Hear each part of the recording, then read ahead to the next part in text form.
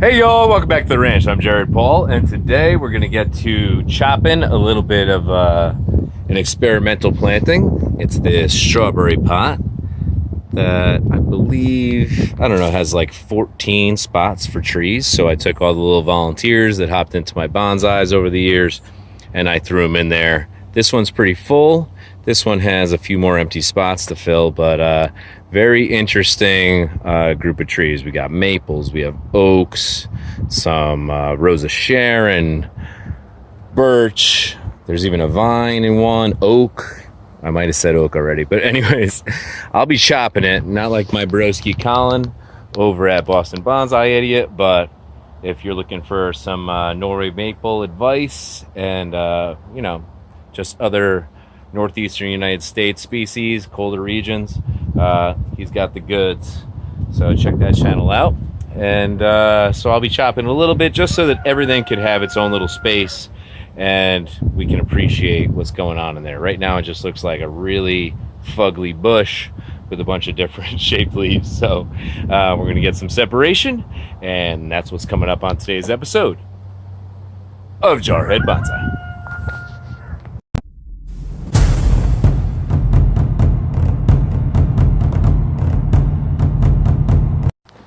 All right, so getting all set up. So for Father's Day, Laura got me this awesome Mo Salah standing in a tree pose shirt. And of course, I don't even know what the hell I was doing. But she's like, did you already have a stain on your shirt? So she just stain treated me. And that's why it's wet right there. So hopefully I'm not like the biggest moron ever that already stained his shirt first 10 minutes of having it. But these things happen. So let's get set up and get to it. So, all right, let's see. This is the heaviest pot ever. One of Laura's workmates gave it to her 1 year. I don't know, maybe for our anniversary or something like that. But so, you see this? Yes. So this is the vine, and what I think this is a trumpet vine. I could be wrong, but the only vine I've ever had, other than kiwis, and this isn't a kiwi, was a trumpet vine, which mimicked the little, coffee houses and outdoor courtyards there in Florence. So I did a little theme from that, from our trip to Italy, and then that died. And I don't know, this was just one of the little trunks that was popping into my bonsai, so I transplanted it, and now it's curling at the end. It's really reaching, so it's definitely a vine. So it may be a trumpet vine or a pocket vine. I don't know. It's one of those. It has like little pink trumpet flowers. Pretty cool. And then coming across the middle, we got that. Yeah. Got a little sawtooth oak here.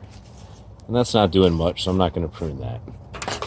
But let's just go ahead and get this vine pruned back. If it's going to flower, it's going to flower anyways because I'm not disturbing lower, so it'll just flower lower. if it's vine-like.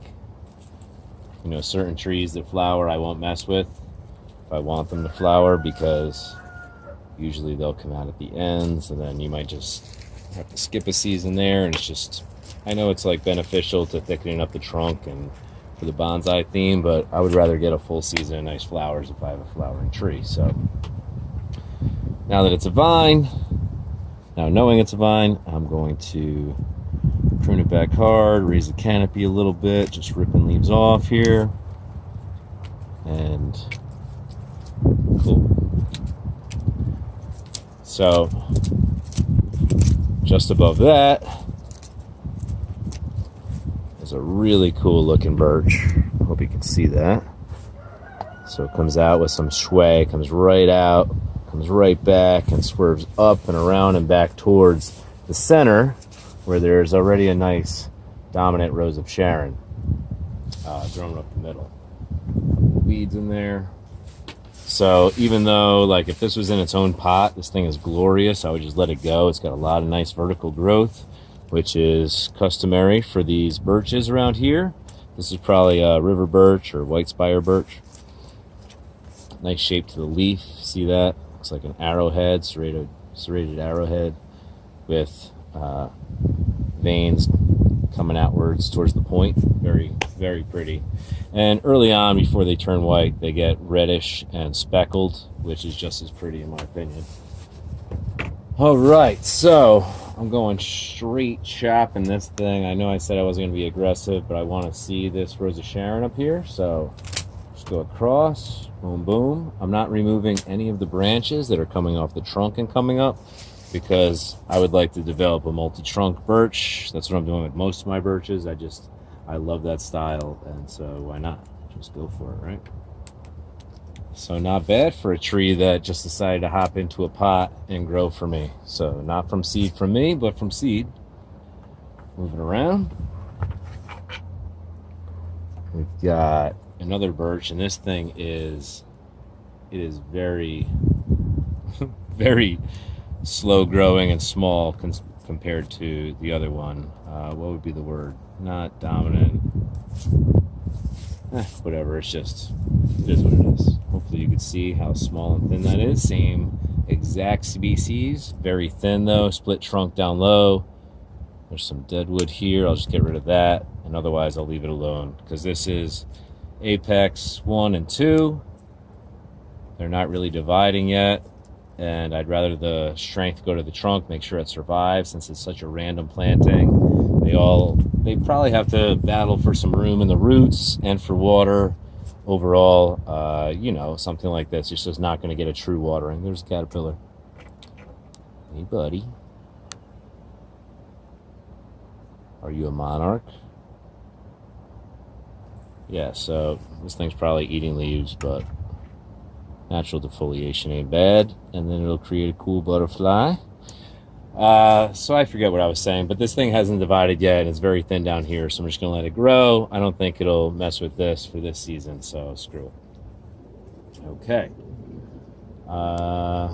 Rose of Sharon. Can we see the whole thing? This bad boy up here.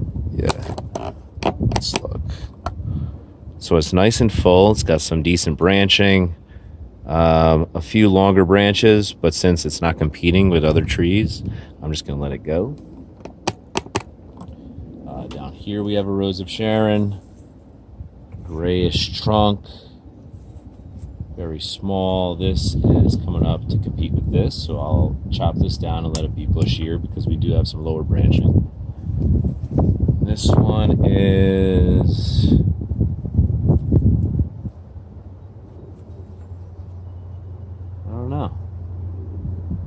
but now there's a spider here, so I'm just going to take this down a little bit. It almost looks like it could be like a sweet birch, but I don't think we have those around here, so I don't know. It has like a greenish trunk, little bud coming off here, which would be dope. Another Rose of Sharon. They get that grayish trunk, which I love the older they get. Some aerial roots actually up on this one, and a few here. So that thing's going to be fun. So I'm just I'll prune that back relatively hard, because I know they are hardy. And these are going to flower this year regardless. This one probably not as strong as this one, but they will definitely flower. And if I recall, they're both purple. Another birch. A birch and a birch and a maple. And so this maple coming up, that's cool. Looks like the caterpillar is probably eating that. Some nice larger leaves up top, but then there's like 6 inches coming back. Lots of nodes, like lots of dormant looking buds. And then a couple of leaves here. Oh, and there's a real interesting wood feature there. So probably in the future I'll prune it back to here, but I'm going to let these live since these are so small. And this birch, that's a weed. I have a leaf here, and buds lower down, and it's really interfering with those. So I'm going to prune it back to here, leave a little room for dieback, but there's a node here that could probably kick off. So we'll let it do its thing there.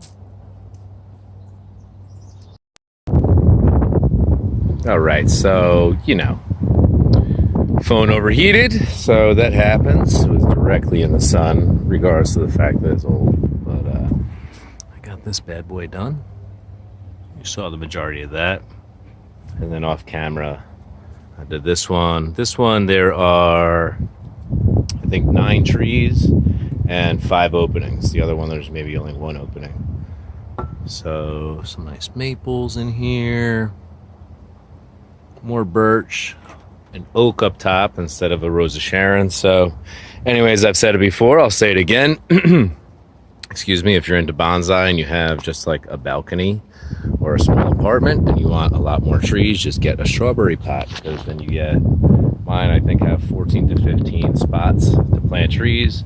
They're in a very vertical growing surface that doesn't take up a lot of surface space at the bottom, and then you could have them all going and doing their own thing together in harmony or by themselves, whatever. But if you want to, like, you know, maximize your space, have some more trees, then you don't have to have 15 pots. So 2 pots taking up about, we'll say, 3 feet of width or a meter of width, or 30 pots. There's no way that they would only take up that much room. So anyways, it's my opinion. I just wanted to show you something I got for Father's Day. It's pretty cool.